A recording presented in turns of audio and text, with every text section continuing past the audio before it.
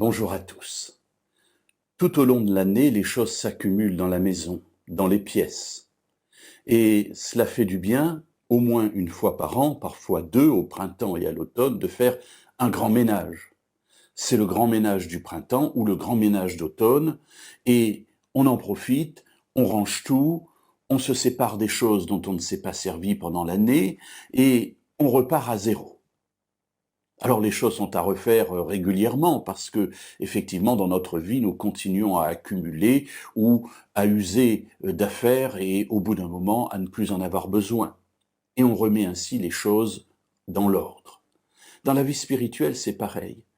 Il est parfois nécessaire de s'arrêter et de faire un bilan et de réfléchir à sa vie pour voir où nous en sommes par rapport à Dieu.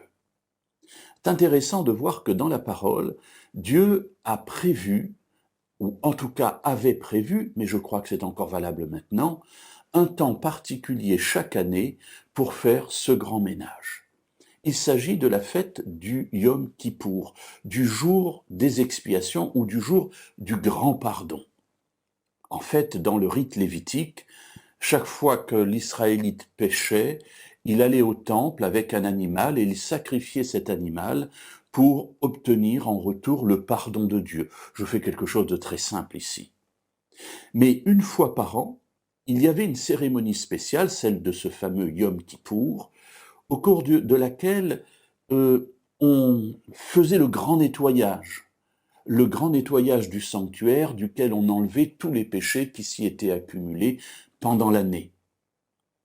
Cette journée du grand pardon était précédée de 10 jours, qu'on appelait aussi les jours redoutables, 10 jours pendant lesquels on faisait un examen de conscience pour voir si, tout au long de l'année, on avait bien demandé pardon pour toutes les fautes que l'on avait commises.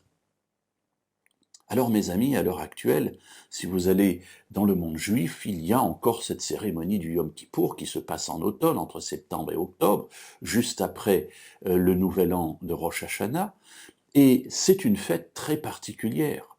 On s'examine soi-même afin de voir si on est en ordre avec Dieu.